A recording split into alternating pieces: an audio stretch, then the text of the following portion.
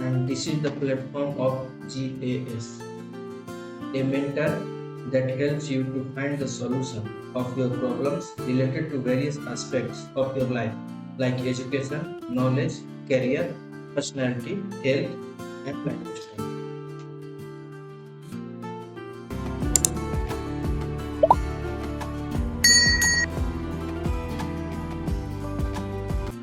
बातें हो रही थी भारत के भौगोलिक इतिहास की।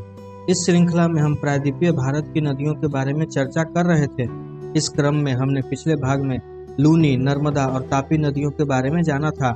आज हम अपने सफर को आगे बढ़ाते हैं और ले चलते हैं आपको कुछ अन्य प्रायद्वीपीय नदियों के पास।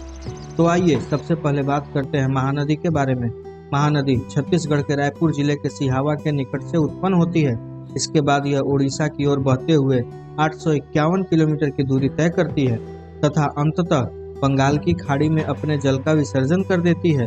इसका कुल जल ग्रहण क्षेत्र 1.42 लाख स्क्वायर किलोमीटर में फैला है, जिसका 53% भाग मध्य प्रदेश और छत्तीसगढ़ में फैला है, जबकि 47% उड़ीसा में अवस्थित है।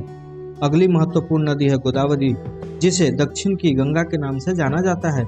यह महाराष्ट्र के नासिक जिले से निकलती है। गोदावरी नदी 1465 किलोमीटर लंबी है तथा इसका जल ग्रहण क्षेत्र 3.13 लाख स्क्वायर किलोमीटर में फैला है, जिसका 49% महाराष्ट्र में, 20% मध्य प्रदेश और छत्तीसगढ़ में तथा शेष आंध्र प्रदेश में फैला है। इसकी मुख्य सहायक नदियां पेनगंगा, इंद्रावती, प्राणहिता तथा मंजरा है। गोदावरी नदी पोलावरम के निकट एक सुरम्य घाटी बनाती है। आगे बढ़ते हुए राजमुंदरी के बाद यह कुछ शाखाओं में बढ़ जाती है तथा बड़े डेल्टा का निर्माण करने के बाद अंततः बंगाल की खाड़ी में शांत हो जाती है। अगली महत्वपूर्ण नदी है कृष्णा नदी, जो कि सह्याद्री के महाबलेश्वर के निकट से उद्गमित होती है। इसकी कुल लंबाई 1401 किलोमीटर है। कोयना, तुंगभद्रा और भीमा इसकी मुख्य सहायक नदियां हैं। कृष्णा नदी का जल ग्रहण क्षेत्र महाराष्ट्र में 27%, कर्नाटक में 44% तथा आंध्र प्रदेश और तेलंगाना में 29% में फैला है। इसके बाद आती है कावेरी नदी। कावेरी नदी कर्नाटक के कोगड़ू जिले के ब्रह्मगिरी पहाड़ी से निकलती है। इस नदी की कुल लंबाई 800 किलोमीटर है तथा इसका जल ग्रहण क्षेत्र 81,555 स्क्वायर किलोमीटर में फैला है। इस नदी की एक अन्य विशेषता जानकर आप हैरान हो जाएंगे।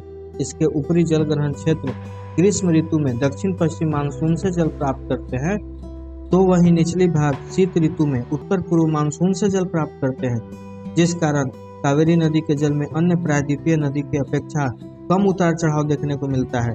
इसके जल ग्रहण क्षेत्र का 3% केरल में, 41% कर्नाटक में तथा 56% तमिलनाडु में फैला है। इसकी मुख्य सहायक नदी है काबिनी, भवानी तथा अमरावती।